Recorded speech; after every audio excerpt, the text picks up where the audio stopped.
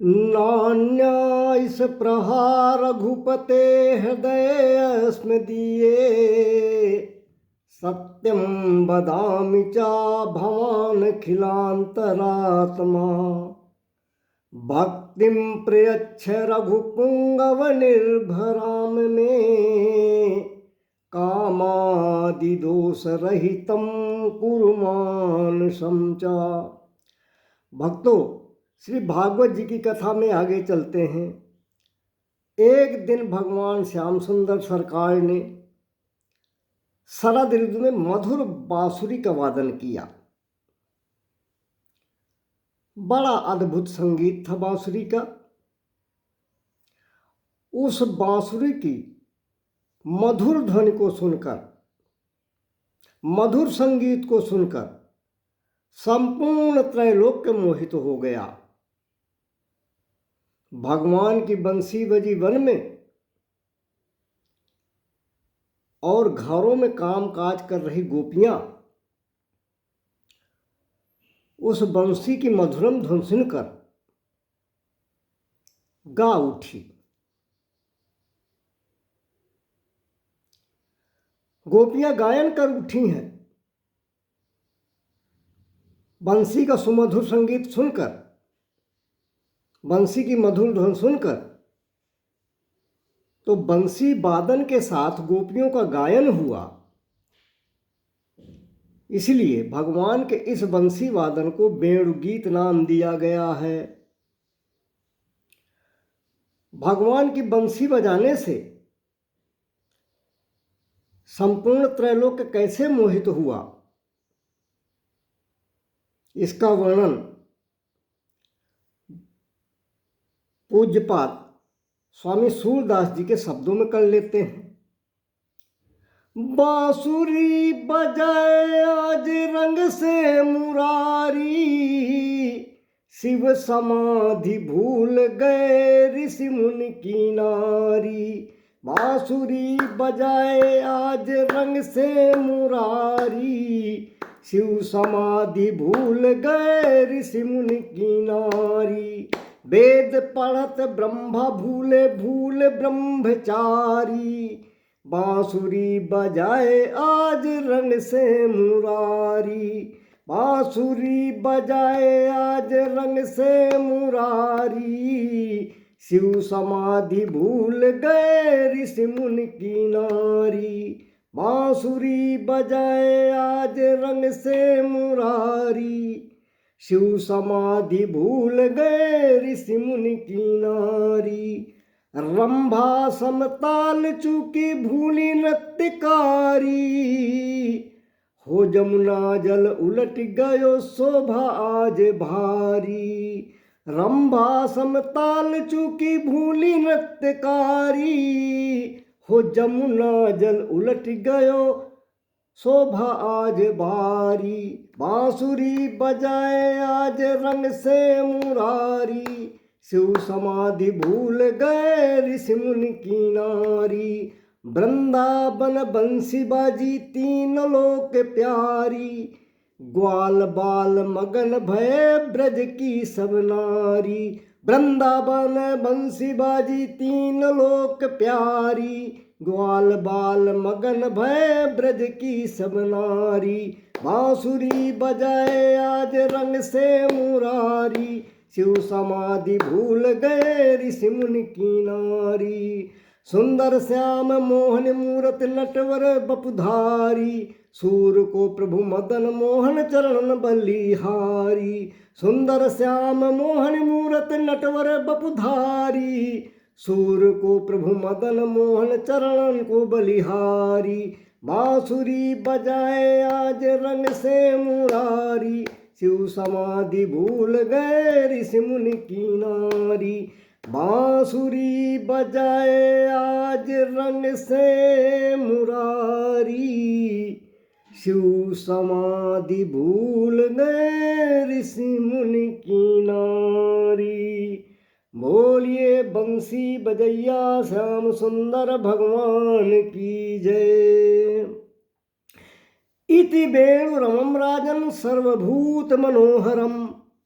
सुखदेव स्वामी परीक्षित महाराज से कह रहे हैं कि परीक्षित, इस प्रकार गोपियां अनेक प्रकार से भगवान की बंसी की महिमा का गान कर रही हैं। अब सुखदेव स्वामी राजा परीक्षित को आगे की कथा सुना रहे हैं। कहते हैं कि परीक्षित जी, शरद के बाद हेमंत ऋतु आ गई। हेमंत ऋतु के प्रथम मास अर्थात मार्गशीर्ष महीने में गोपियों ने ब्रह्म मुहूर्त में जागरण किया। इसके बाद यमुना मैया के पास पहुंची, यमुना जी में स्नान किया। यमुना मैया में स्नान करने के बाद गोपियों ने कात्यायनी माँ की पूजा प्रारंभ कर दी। सभी व्रत की कन्याएं मिलकर प्रातः 4 बजे यमुना जी में स्नान करने आ जाती और स्नान के बाद कात्यायनी माँ का मंत्र जपती थीं। आज भी मार्गशीर्ष महीने में कुंवारी कन्याएं जो सनातन धर्म को मानती हैं, ब्रह्म मुहूर्त में जगकर किसी जलाशय में स्नान करती हैं और कात्यायनी माता की उपासना करती हैं। ऐसा करने से उनका जीवन कल्याणकारी होता है, उनको वनवांछित जीवन साथी प्राप्त होता है। जैसी कल्पना संजोती हैं अपना जीवन साथी होने की, वैसा जीवन साथी इच्छित वर प्राप्त होता है। गोपियां कात्यायनी मैया का क्या मंत्र जाप करती हैं? गोपियां कात्यायनी मैया का मंत्र जाप कर रही हैं।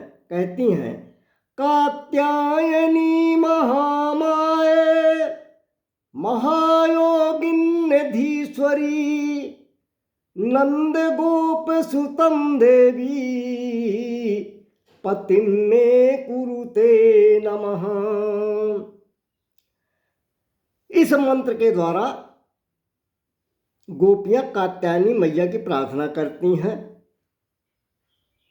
और देवी कात्यायनी जी से याचना करती हैं कि हे देवी, भगवान श्री कृष्ण ही हमें पति के रूप में प्राप्त हों। किंतु कात्यायनी मैया की पूजा करने में और ब्रह्म मुहूर्त में जाकर यमुना जी के स्नान करने के विधान में गोपियां एक भयंकर भूल करती हैं। क्या भूल करती हैं? चूंकि गोपियां 4 बजे यमुना जी में स्नान करने जाती थीं, तो ये सोचती थीं कि हमको कोई देख नहीं रहा, इसलिए निर्वस्त्र होकर स्नान करती थीं। भगवान कन्हैया सरकार को लगा कि यह तो बड़ा गलत हो रहा है। गोपियां बहुत ही नियम विरुद्ध कार्य कर रही हैं। यह कार्य इनका संस्कार रहित है, सदाचरण रहित है। क्यों? वो इसलिए कि वस्त्र रहित होकर किसी नदी जलाशय में स्नान करने से वरुण देवता का अपमान होता है। वरुण देवता का अपमान ही नहीं होता है, प्रकृति का अपमान होता है। हम लोग प्राय मानकर चलते हैं कि प्रकृति निर्जीव है,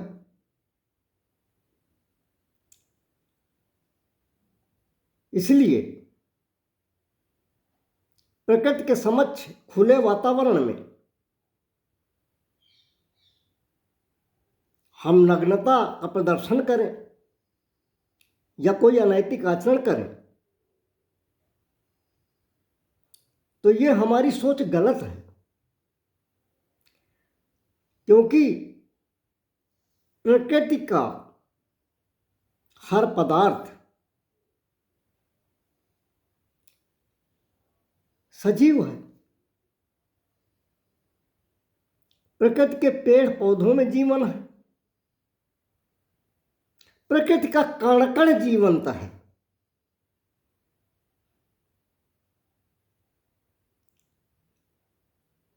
विज्ञान के अर्थ में हम किसी वस्तु तत्व या जीव को सजीव निर्जीव के भेद में बांटते हैं, किंतु विज्ञान भी ये स्वीकार करता है कि प्रत्येक प्राणी को ऑक्सीजन पेड़ों से मिलता है, अर्थात प्रकृति से मिलता है।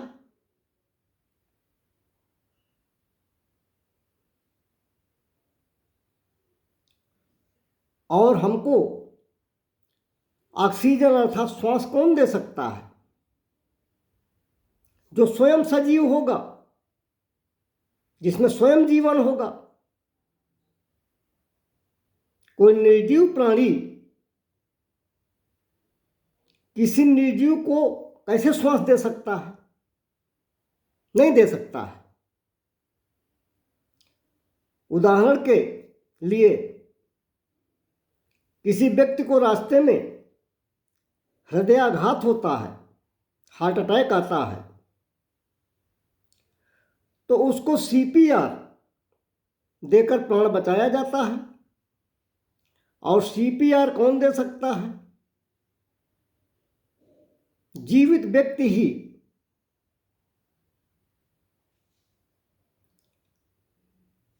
अपने श्वास का प्रवाह हार्ट अटैक से पीड़ित आदमी के मुख में करता है और उसकी जान बचाता है। तो यदि पेड़ पौधे निर्जीव होते, उनमें जीवन न होता, तो अखिल ब्रह्मांड को वो ऑक्सीजन जैसी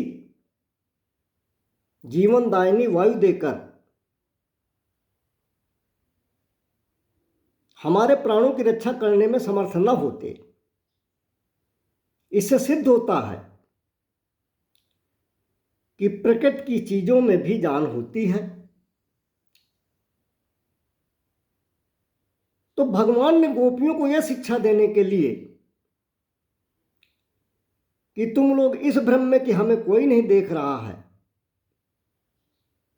नग्न होकर यमुना जी में स्नान करने प्रवेश करती हो, अनुचित है। क्योंकि एक तो ऐसा करके गोपियां वरुण देवता का अपमान कर रही हैं, दूसरा प्रकृति के सामने अश्लील आचरण प्रदर्शित कर रही हैं। इसीलिए गोपियों को शिक्षा देने के लिए भगवान ने यह लीला किया है। एक दिन गोपियां यमुना नदी में स्नान करने गईं। भगवान चुपचाप गोपियों के पीछे पीछे गए। जैसे ही गोपियां अपने वस्त्र उतारकर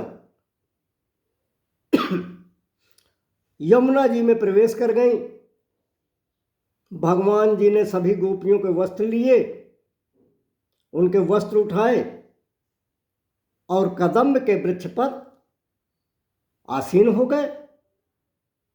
कदम्ब के वृक्ष में चढ़कर बैठ गए भगवान। स्नान के बाद जब गोपियों ने देखा तो वस्त्र गायब। सब आपस में चर्चा करने लगी कि हे राम, वस्त्र कहाँ गए? एक गोपी बोली, कोई बंदर ले गया होगा। ऊपर नजर दौड़ाई तो कोई बंदर तो नहीं नजर आया, किंतु वानराधीश प्रभु जगदीश्वर बैठे दिखाई पड़ गए। अब वो गोपी बोली, अरे ये तो कान्हा की करतूत है। गोपियां सब समझ गईं। बोली कान्हा हमारे वस्त्र दे दो।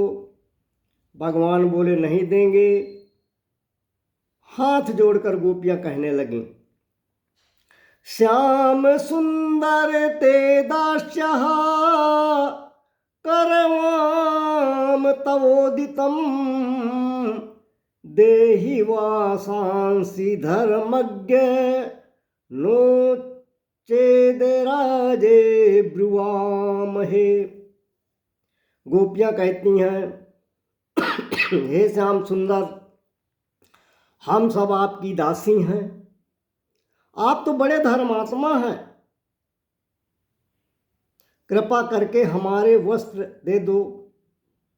धर्मात्मा होकर भी तुम ऐसा व्यवहार कैसे कर सकते हो?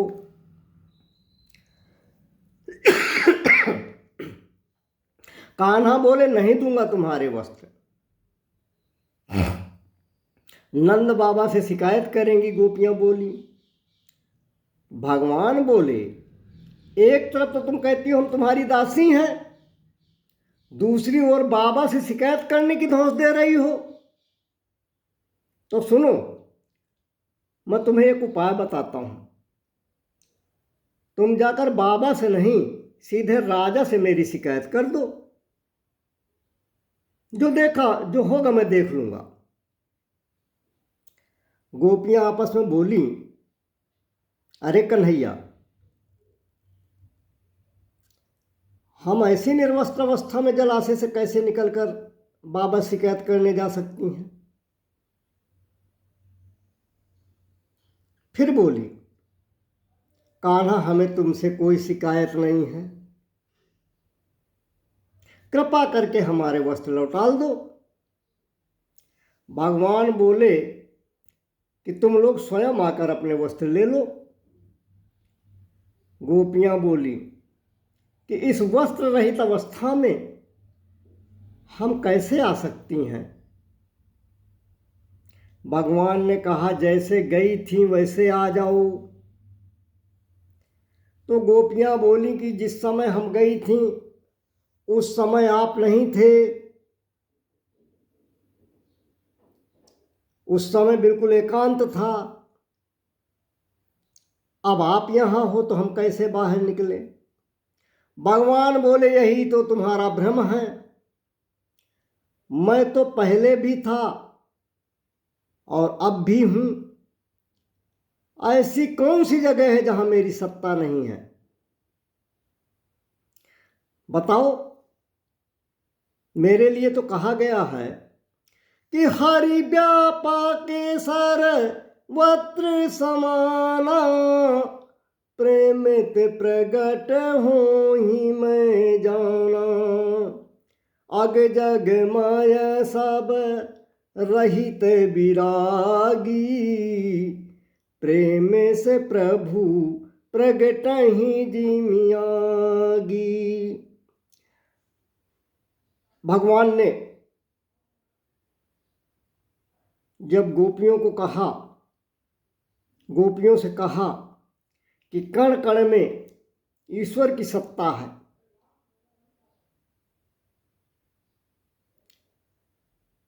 गोपियों का पूरा भ्रम भगवान ने दूर किया। जब योगेश्वर की कही गई बातें, योगेश्वर द्वारा किए गए कार्य में, उनके वस्त्र हरण में गोपियों को ज्ञान का बोध हुआ, तो गोपियों ने क्षमा मांगी। भगवान ने गोपियों के वस्त्र वापस किए और बोले, गोपियों, मैं तुम लोगों की आराधना का कारण जानता हूं, तुम लोग चिंता न करना।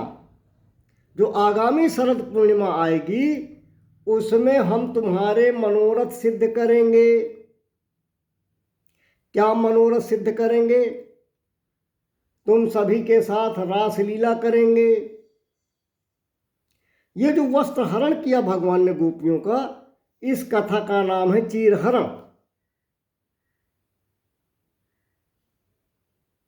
जिसका वास्तविक तत्व यह है कि आत्मा और परमात्मा के बीच जो माया का आवरण पड़ा है, तो जब तक यह माया का आवरण रूपी चीर आत्मा और परमात्मा के बीच से नहीं उतरेगा, तब तक जीव भगवान के वास्तविक स्वरूप को नहीं समझ सकता। और जब तक जीव को भगवान के वास्तविक स्वरूप का बोध नहीं होगा, तब तक जीव रूपी गोपियां महारास में प्रवेश नहीं कर सकती। इसलिए जो सब जीव हैं